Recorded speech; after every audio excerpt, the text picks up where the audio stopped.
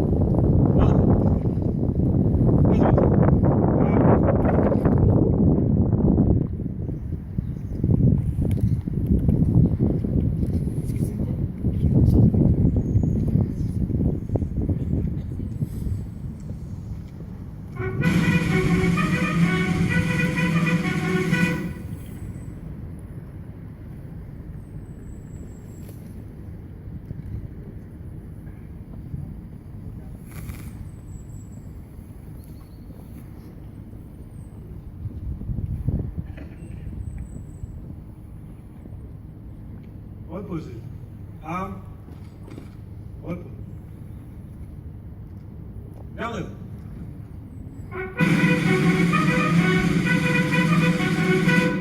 Présentez. À. Ouvrez-vous.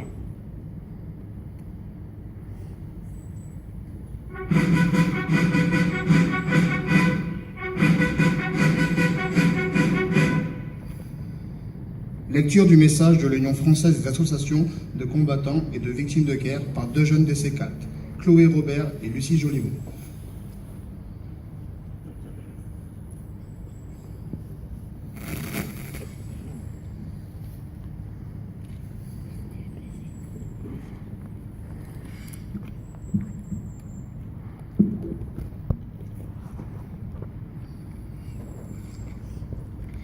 La France célèbre aujourd'hui le 97e anniversaire de l'armistice du 11 novembre 1918. Après 4 années de combats meurtriers, cet armistice mettait fin à la Première Guerre mondiale que l'histoire appellera la Grande Guerre. La France, pour sa part, déplorait 1 400 000 morts, 740 000 invalides, 3 millions de blessés, des centaines de milliers de veuves et d'orphelins. Les monuments aux morts érigés dans chaque ville et chaque village de France rappellent le souvenir de nos valeureux aînés tombés au champ d'honneur. Dans le souvenir de leurs épreuves et de leur glorieux comportement, conservant à cet anniversaire du 11 novembre 1918 la réelle dimension que nul n'a le droit d'effacer, d'amoindrir ou d'ignorer. Ils se sont battus pour un idéal de paix, de liberté et de fraternité. En ce jour de commémoration, rendons hommage à tous ces soldats de métropole, d'outre-mer, de pays alliés qui ont fait preuve d'un courage exemplaire méritant notre reconnaissance. Ils sont morts pour la France. En cette année 2015, l'Union française des associations des combattants estime que la situation internationale particulièrement dangereuse rend impératif le recours à l'Organisation des Nations Unies, dont on célèbre le 70e anniversaire de la signature de la Charte. L'Union française des associations des combattants et des victimes de guerre invite toutes les générations, et spécialement la jeunesse, à œuvrer pour un monde plus juste, plus solidaire et en paix. Vive la République, vive la France.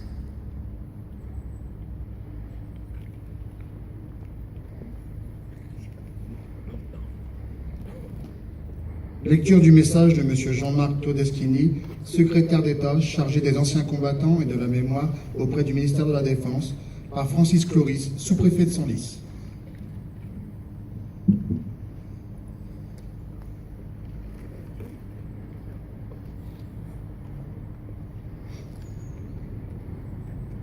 Le 11 novembre 1915, il y a 100 ans, la France, l'Europe et une partie du monde sont engagés depuis près de 15 mois dans ce qui allait devenir la Première Guerre mondiale.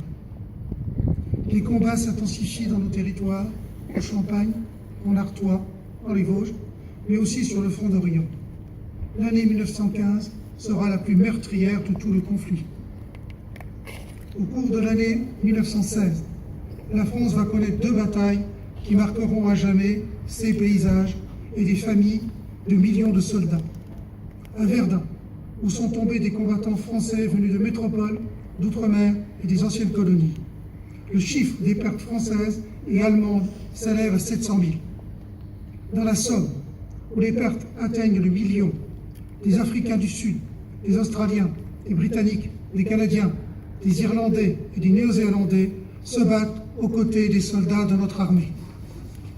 En 2016, le souvenir de ces combats réunira tous les pays qui ont pris part à cette guerre que l'histoire a reconnue comme étant la Grande Guerre. Les cérémonies commémoratives, le 29 mai à Verdun dans la Meuse, le 1er juillet à Thiepval dans la Somme, seront l'occasion d'inviter chacune et chacun à mesurer à quel extrême le nationalisme a conduit l'Europe et à se replonger dans ses souvenirs de famille. Cet hommage exceptionnel doit trouver un relais dans l'ensemble de nos territoires et les maires seront invités à organiser le 29 mai une cérémonie dans leur commune.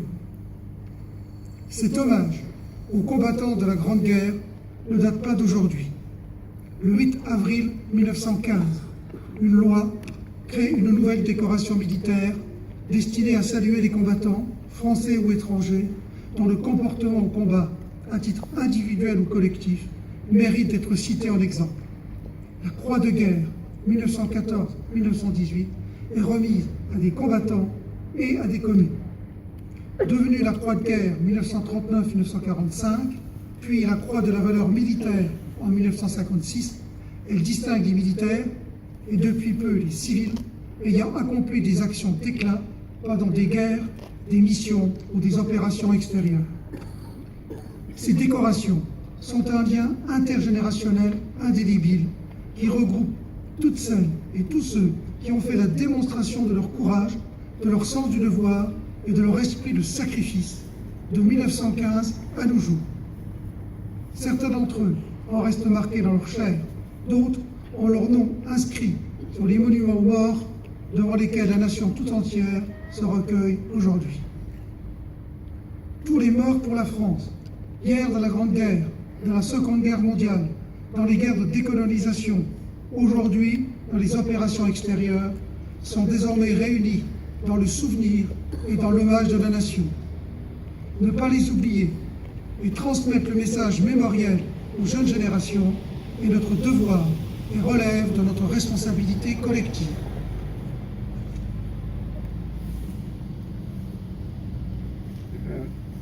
Fermez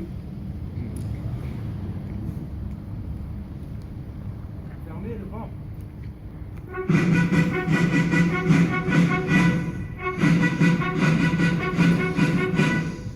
Reposez. Armes. Repos. Garde à vous. Présentez. Armes. Dépôt de gerbe de M. Francis Cloris, sous-préfet de Senlis, M. Jean-Claude Villemain, maire de Creil, conseiller départemental, de Mme Méral Jajan, conseillère régionale représentant M. Claude Gévert, président de la région, de Mme Dominique Lavalette, conseillère départementale de Creil, du lieutenant-colonel Thébault, représentant le colonel Cyril Scarcy, commandant la base de défense de Creil, du capitaine Franck Chili, chef du centre de secours principal de Creil, de M. Beauchamp, commissaire central de la CSP de Creil, et du lieutenant Barra.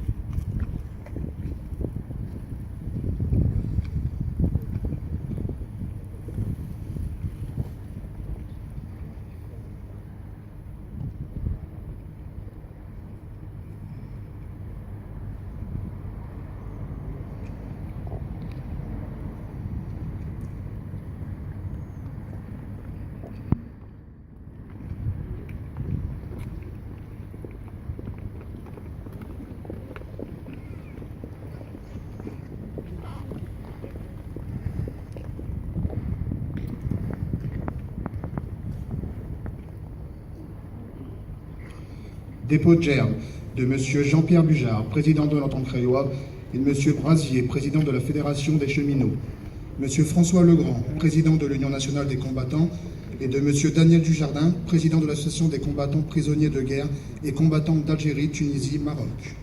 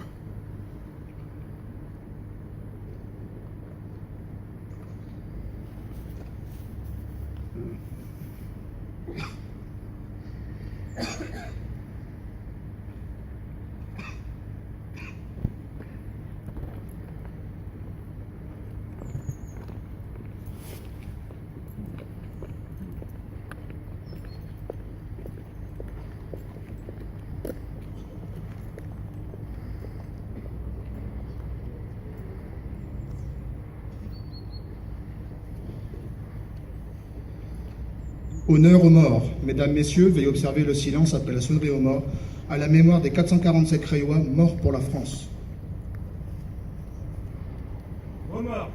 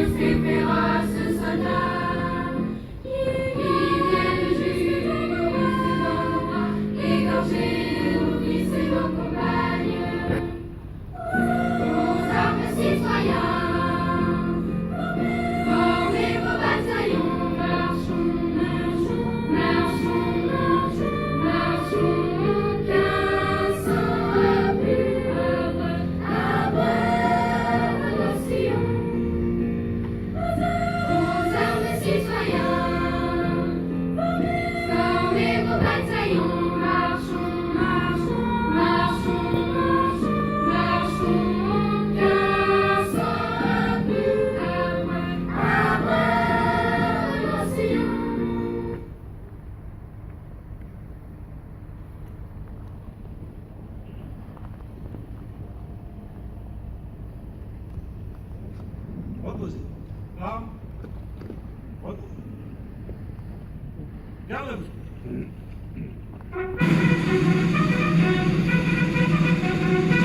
Présentez. Armes. Revue des drapeaux par les autorités.